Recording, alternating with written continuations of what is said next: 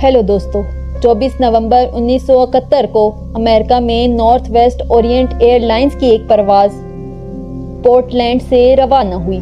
ये एक छोटा 30 मिनट का सफ़र था सिएटल शहर के करीब। परवाज़ में ज़्यादा मुसाफिर नहीं थे। ये सिर्फ 36 मुसाफिरों और 6 अमले के अफराद को लेकर जा रही थी। लेकिन इन मुसाफिरों को ये मालूम नहीं था कि एक हाईजैकर भी इस परवाज़ पर मौजूद था। एक आदमी जिसका नाम डीबी कोपर था, हाईजैकर आम कारोबारी शख्स की तरह नजर आ रहा था। उसने बिजनेसमैन सूट, सफ़ेद कमीज और काली पैंट पहन रखी थी। उसकी उम्र दरमियानी 40 के दरमियान की थी। उसने जानबूझकर जहाज की आखिरी नशिस्त हासिल की, सीट नंबर 18E। जैसे ही जहाज ने उड़ान भरी, उस शख्स ने एक एयर होस्टेस से अपना तारुफ कराया। उसका नाम फ्लोरेंस शाफनर था और बड़े मुस्कुराहट के साथ उसने एयर होस्टेस को एक नोट दिया। शाफनर, जो 23 साल की थी, उसने समझा कि ये शख्स शायद उससे छेड़खानी कर रहा है, लिहाजा उसने नोट को पढ़े बगैर ही अपनी जेब में डाल लिया। उस पर कोपर ने कहा कि उसे नोट पढ़ना चाहिए। उसने बताया कि उसके पास बम है। जब शाफनर ने नोट खोला तो उसमें साफ साफ लिखा हुआ था, miss, I have a bomb here and I would like you to sit by me. Schaffner खामोशी से कोपर के पास बैठ गई, लेकिन उसे यकीन नहीं आया कि वाकई इसके पास बम है। तो कोपर ने अपना सूटकेस खोला ताकि उसे दिखा सके। सूटकेस में कुछ सुर्ख सिलेंडर, तारें और एक बड़ा सिलेंडर बैटरी थी। कोई शक नहीं कि ये एक बॉम्ब था। कोपर ने एयर होस्टेस से अपने मुतालबात किए। उसने $200 नकद शाम 5 बजे तक एक बैग में और 2 पैराशूट पीछे और 2 पैराशूट सामने के लिए मंगवाए। जब वो उतरे तो वो चाहता है कि एक फ्यूल ट्रक तैयार हो ताकि जहाज को रिफ्यूल किया जा सके। उसने खबरदार किया कि अगर किसी ने कुछ अजीब करने की कोशिश की तो वो जहाज को उड़ा देगा। जहाज पर मौजूद दीगर मुसाफिरों को इस बारे में कुछ भी नहीं बताया गया और एयर होस्टेस शाफनर ने नहीं चाहा कि दूसरे मुसाफिरों को पता भी चले। उसने खामोशी से कॉकपिट में जाकर कोपर का नोट पायलट्स को दिखाया और एक और एयर होस्टेस टीना मुकलाओ को इस बारे में आगाह किया गया और वो कोपर के पास बैठ गई। इन दोनों एयर होस्टेस की मदद से जहाज के कॉकपिट और कोपर के दरमियान राब्ता बरकरार रखा जा सका। पायलट्स ने एयर ट्रैफिक कंट्रोलर को मुतल्ला किया और जल्द ही ये खबर एयरलाइन के सदर डोनाल्ड नायरोब तक पहुंच गई। वो फैसला साज थे और उन्होंने एक दिलचस्प फैसला किया। उन्होंने अमले को हुक्म दिया कि वो कोपर की तमाम दरख्वास्तें पूरी करें। इस हाईजैकर के मुतालबात को पूरा करने के लिए FBI के साथ हमआहंगी के बाद उन्होंने सिएटल के एक बैंक से पैसों का इंतजाम करने को कहा। बैंक ने ऐसी इमरजेंसीज के लिए पैसों का बड़ा बंडल तैयार कर रखा था, लेकिन इस बंडल में कुछ खास बात थी। हम इस बारे में बाद में वीडियो में बात करेंगे, लेकिन आप सोच रहे होंगे कि एयरलाइन के सदर ने हाईजैकर की दरख्वास्तों पर अमल दरामद करने का फैसला क्यों किया। इसका सबब शोहरत था। एयरलाइन के सदर नहीं चाहता था कि हाईजैकिंग की खबर पूरी दुनिया में फैल जाए, जिससे इसकी कंपनी को भारी नुकसानात हों। लिहाजा इस मसले को पर्दे के पीछे रखने के लिए वो हाईजैकर की तमाम दरख्वास्तों को पूरा करने के लिए तैयार था। सिर्फ एक मसला था कि पैसों का इंतजाम करने के लिए कुछ वक्त चाहिए था, लेकिन ये परवाज़ सिर्फ निस्फ घंटे की थी। लेकिन पायलट्स को बताया गया कि वो जहाज को उतारने के बजाय सिएटल के आसपास ही घुमाते रहें जब तक कि पैसों का इंतजाम न हो जाए। ये निस्फ घंटे की परवाज़ 3 घंटे तवील हो गई। मुसाफिर अभी भी इस बात से बेखबर थे। जहाज के पायलट्स ने ऐलान किया कि वो मामूली तकनीकी मुश्किलात का सामना कर रहे हैं, जिसकी वजह से ताख़ीर हो रही है। दूसरे मुसाफिर ने इस पर यकीन कर लिया। आखिरकार ये परवाज़ शाम 5:46 पर सिएटल के हवाई अड्डे पर उतर गई। कोपर की हिदायत के मुताबिक जहाज को मेन टर्मिनल इमारत से दूर पार किया गया। एक एयरलाइन के नुमाइंदे ने पैसों और पैराशूट का बैग लेकर जहाज के पास आया। जब 4 पैराशूट और पैसों का बैग कोपर को दे दिया गया तो उसने मुसाफिरों और फ्लाइट्स अटेंडेंट्स को जहाज छोड़ने की इजाज़त दे दी, सिवाय टीना मुकलाओ के। इसके बाद मंसूबे के मुताबिक जहाज को दोबारा ईंधन भर दिया गया और फिर उड़ान भरी। इस बार सिर्फ पायलट्स जहाज पर थे। साथ ही कोपर और टीना कूपर ने फिर पायलट्स को हिदायत देना शुरू कर दी। परवाज़ के मकसद जहाज की रफ्तार जाविये तक। इसने इन्हें हिदायत दी कि जहाज को मेक्सिको सिटी की तरफ उड़ाएं। 10,000 फुट की बुलंदी पर। पायलटों को बताया गया कि जहाज को जितना सुस्त चलाया जाए लेकिन ये मुश्किल होगा क्योंकि जहाज में ईंधन काफी नहीं था। लेकिन कॉपर को इसकी परवाह नहीं थी। कॉपर ने उन्हें कहा कि वो इसके मुताबिक परवाज करें। दोस्तों, इसके बाद जो हुआ वो मुकम्मल तौर पर नाकाबिले यकीन है, किसी फिल्म की कहानी से कम नहीं। कूपर ने टीना को कहा कि वो कॉकपिट में चली जाए और दरवाजा बंद कर दे। कूपर अकेला बाहर था। उसने अपने पैराशूट निकाले और तैयारी की। चंद मिनटों बाद कॉकपिट में एक वार्निंग लाइट चमक उठी जो बता रही थी कि पिछली सीढ़ी खोल दी गई है। ये बोइंग 727 जहाज़ों में एक मुनफरिद खसूसियत थी। तस्वीर में आप देख सकते हैं कि सीढ़ी किस तरह खुलती है। कूपर ने ये सीढ़ी खोल दी और पैराशूट और पैसों के साथ छलांग लगा दी। पायलट्स और एयर होस्टेस ने इस मंजर को नहीं देखा क्योंकि वो कॉकपिट में बंद थे और इस वक्त कॉकपिट में दरवाजे पर कोई खिड़की नहीं थी जिसके जरिए बाहर देखा जा सके। लेकिन शाम 8:13 पर पायलट्स ने देखा कि जहाज के पिछले हिस्से में अचानक ऊपर की तरफ झुकाव आया और पायलट्स को जहाज दोबारा तवाज़ुन में लाने की जरूरत पेश आई। इसके बाद पायलट्स ने जहाज को न्यू अड्डा की तरफ लाया और रेनू शहर में उतारा। पुलिस को इत्तला दी गई और उन्होंने जहाज की तफ्तीश की, लेकिन वो कूपर का कोई सुराग नहीं पा सके। पुलिस को सिर्फ एक टाई मिली और कुछ पैराशूट के फटे हुए हिस्से जो कूपर ने पैसों के बैग को ढांपने के लिए इस्तेमाल किए थे। इसके अलावा उन्होंने कूपर की कुछ जाती अशिया भी मिली, जैसे कि वो सिगरेट जो वो जहाज पर पी रहा था। उस वक्त जहाज़ों में सिगरेट नोशी की इजाज़त थी। तफ्तीशकारों ने हर चीज़ का तफसील से जायजा लिया और 66 गैर शनाख्त शुदा फिंगरप्रिंट्स मिले जो ना तो अमले के अरकान के थे और ना ही दूसरे मुसाफिरों के। लेकिन जो सूटकेस बम के साथ था, पैसों का बैग और पैराशूट वो सब गायब थे, जैसे कॉपर। इस दिन से FBI ने कॉपर को तलाश करने के लिए तहकीकात शुरू कर दी, लेकिन कोई सुराग नहीं मिला।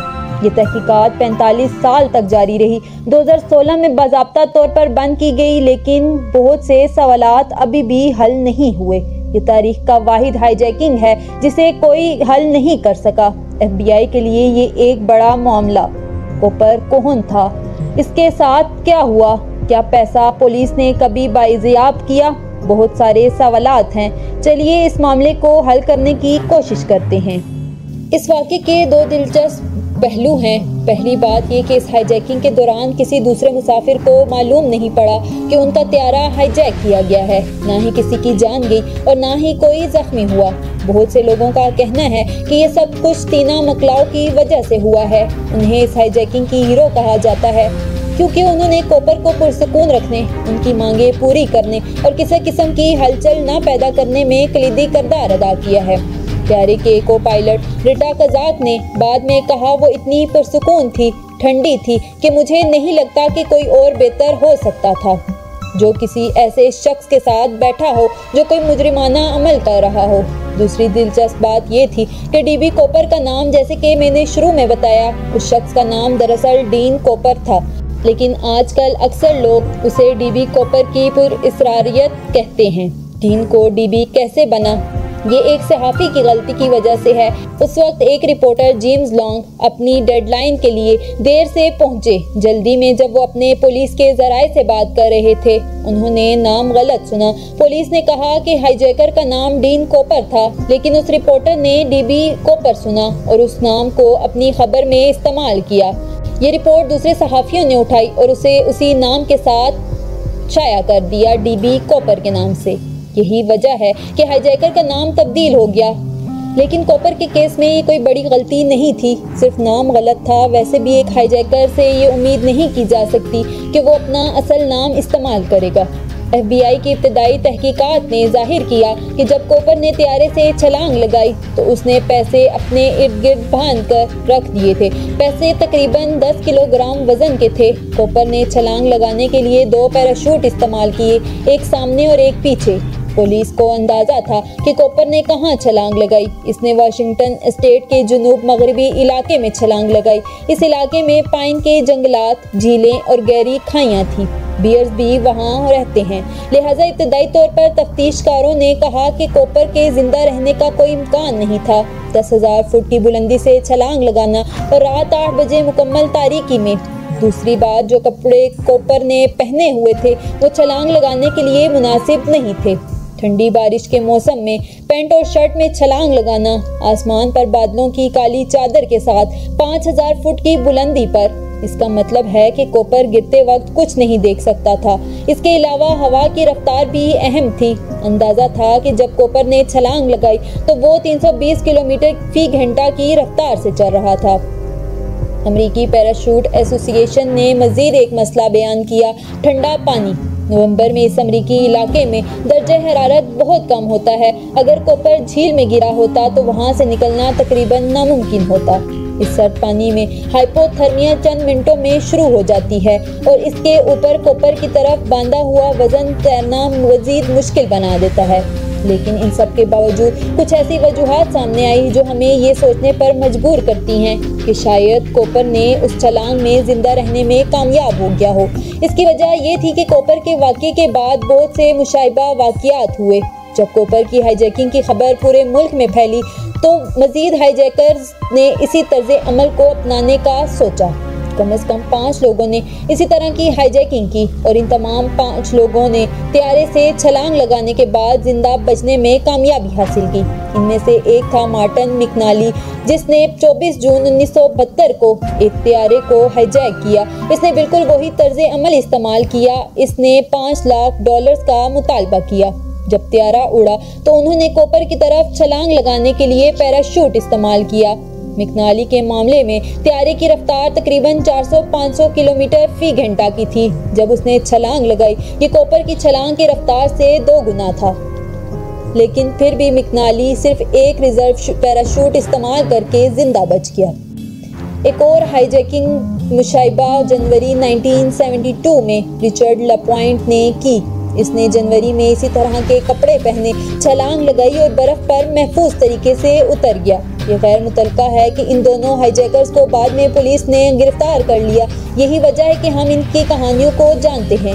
लेकिन FBI ने सोचा कि अगर ये लोग कॉपर की छलांग से बदतर हालात में छलांग लगा सकते हैं और वो जिंदा रह सकते हैं तो ये मुमकिन है कि DB कॉपर इस रात जिंदा रह गया हो। खास तौर पर अगर आप ये सोचें कि जब टीना मकलाउ ने कॉपर को पैराशूट दिए तो इन पर इस्तेमाल करने के तरीके की हिदायत थी, लेकिन कॉपर ने टीना से कहा कि उन्हें हिदायत पढ़ने की ज़रूरत नहीं है, वो जानता था कि उन्हें कैसे इस्तेमाल करना है।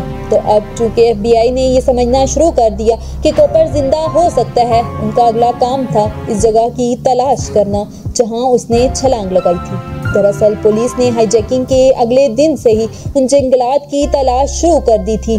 पुलिस एक लाश, पैराशूट के फटे हुए टुकड़े या $20 के नोट तलाश कर रही थी। इब्तदाई तौर पर वीडियो में बताया गया है कि कॉपर को दिए गए पैसे खास थे।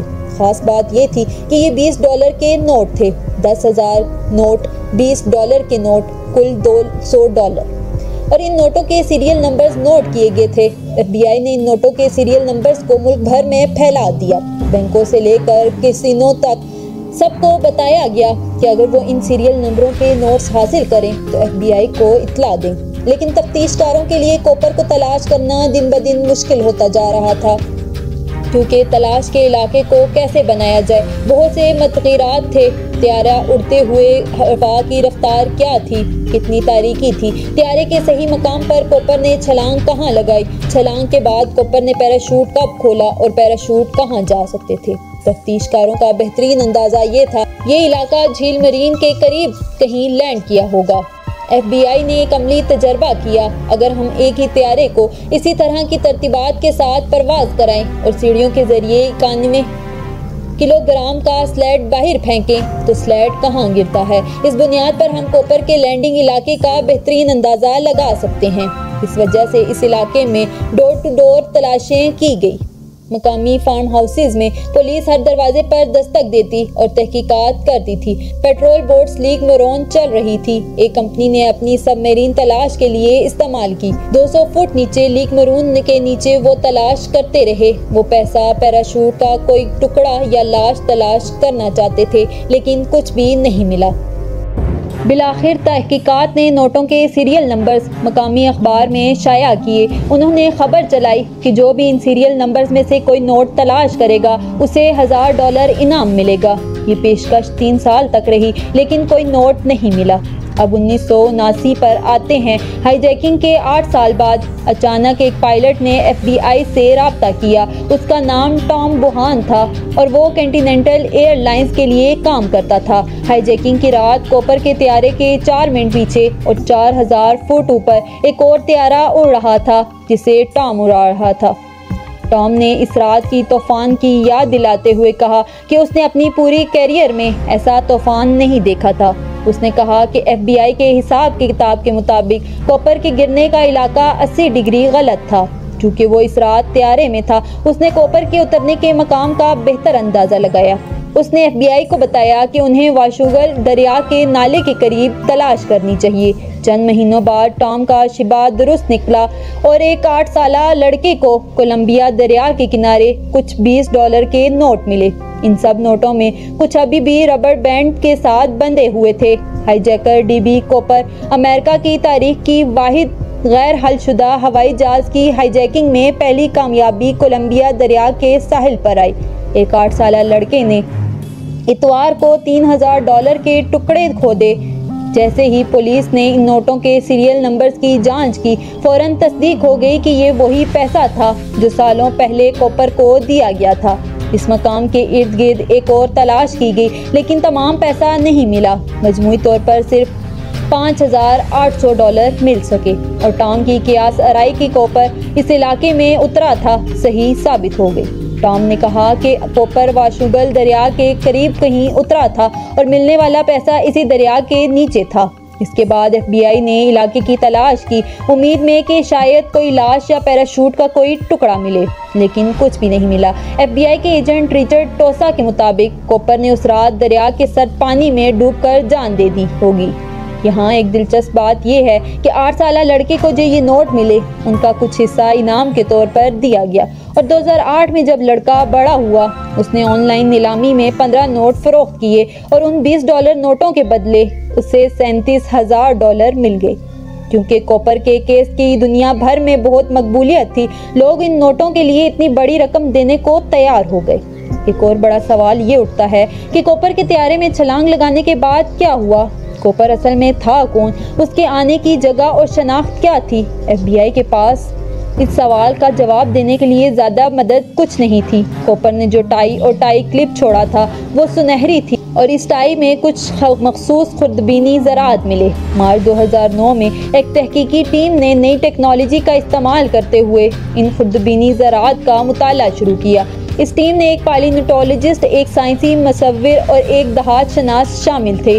उन्होंने इलेक्ट्रॉन माइक्रोस्कोपी का इस्तेमाल करते हुए इन ज़रात का मुआयना किया। टाइप क्लिप के कुछ हिस्से खालिस टाइटेनियम के थे, जिनमें एल्यूमिनियम और टाइटेनियम एंटीमोनी की आमेजिश थी।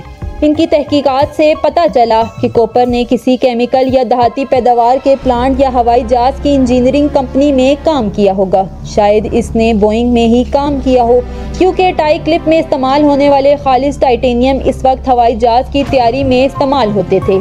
साइंसी दौरे जदोल में कहते हैं, ये तजवीज़ करता है कि कॉपर ने ऐसी कंपनी तक रसाई हासिल की जो हवाई जहाज़ बनाती थी, जैसे वो हवाई जहाज़ जिससे उसने छलांग लगाई, शायद कोई कंपनी जो बोइंग से मुंसलिक थी। तहकीकात के पहले साल FBI ने मुसाफिरों और फ्लाइट अमले से बात की ताकि कॉपर की शक्ल का खाका बनाया जा सके।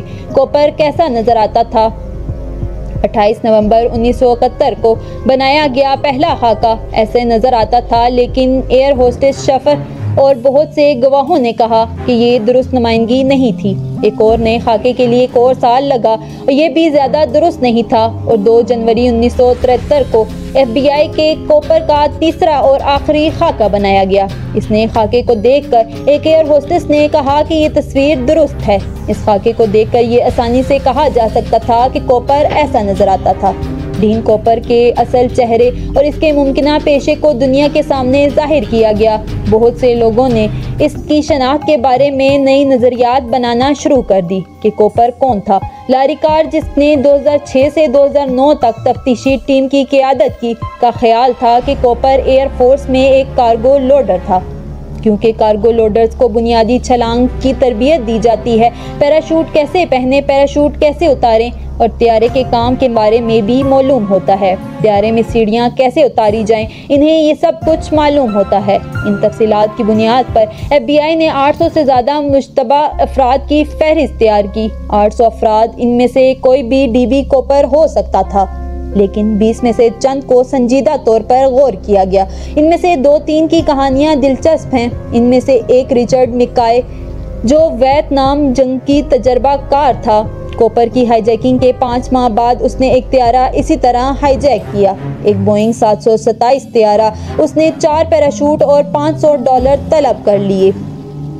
नौजवान ने $500 चाहा और 4 पैराशूट तलब किए। पैसा लेने के बाद उसने पिछली सीढ़ियों को उतारा और छलांग लगा दी। लेकिन वाहिद फ़र्क ये था कि हाईजैकिंग के सिर्फ 2 दिन बाद ही FBI ने उसे ढूंढ लिया और गिरफ्तार कर लिया। उसे 45 साल की कैद की सज़ा दी गई और FBI ने सोचा कि वो कॉपर है और ये उसकी दूसरी कोशिश थी। सुबह सवेरे जब FBI के एहलकार आए, उसने मुज़ाहिमत नहीं की। 1991 में किताब शाया हुई, DB कॉपर द रियल मिकॉय।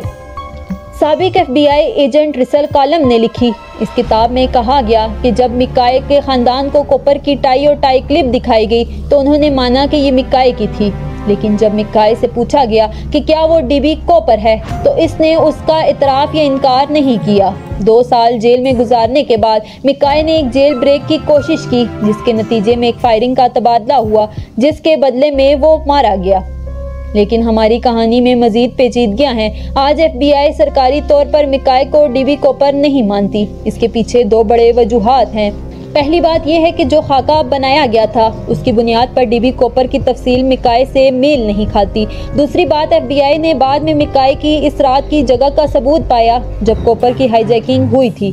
वो लॉस वेगास में था। अगले दिन वो अपने ख़ानदान के साथ अपने घर पर था। चूँकि इसका सबूत मौजूद है, ये वाज़ेह है कि मिकाय DB कॉपर नहीं हो सकता। दूसरा मुश्तबा शख्स वियतनाम जंग का तजर्बाकार रॉबर्ट रिकास्ट्रा था। इस पर मुतअद्दिद बार धोखाधड़ी, त्यारा चोरी और धमाका खेज मवाद रखने के इल्ज़ामात लगे, लेकिन उसे हर बार गिरफ्तार होने के बाद बेगुनाह करार दिया गया। टीवी प्रोड्यूसर थॉमस कोलब्रट ने 2016 में एक किताब लिखी, द लॉस्ट मास्टर आउटलाउ। इसमें उन्होंने साबित करने की कोशिश की कि रिकास्ट्रा DB कॉपर था। उन्होंने तारीखी चैनल पर एक दस्तावेजी फिल्म बनाई, DB कॉपर केस क्लोज, जहां उन्होंने यही बात कही। कोलब्रट ने 40 लोगों की टीम के साथ काम किया, जिनमें कई साबिक FBI एजेंट शामिल थे। उन सब का यकीन था कि रिकास्ट्रा असल DB कॉपर था। इसका क्या सबूत है? जब FBI ने 1970 की दिहाई में तहकीकात शुरू की, रिकास्ट्रा इब्तदाई मुश्तबा अफराद की फहरिस्त में शामिल था। इस वक्त रिकास्ट्रा मीडिया को हंसी मजाक में ये बताता था कि शायद वो हाईजैकर है। तहम कई साल बाद उसने इन दावों की तरदीद कर दी। उसका चेहरा खाकों से मिलता था, लेकिन FBI 1979 के बाद उसे छोड़ दिया और मुश्तबा अफराद की फहरिस्त से निकाल दिया क्योंकि उन्हें ठोस सबूत नहीं मिला। टीवी प्रोड्यूसर कोलब्रट ने यकीन दिलाया कि FBI को शख्स की मजीद तहकीकात जारी रखनी चाहिए थी। ज़्यादा FBI तहकीकात से वो सबूत सामने आ सकते थे। 11 जुलाई 2016 को कोलब्रट ने DB कॉपर पर अपनी नई किताब शाया की और अगले दिन 12 जुलाई 2016 को FBI ने केस बंद कर दिया।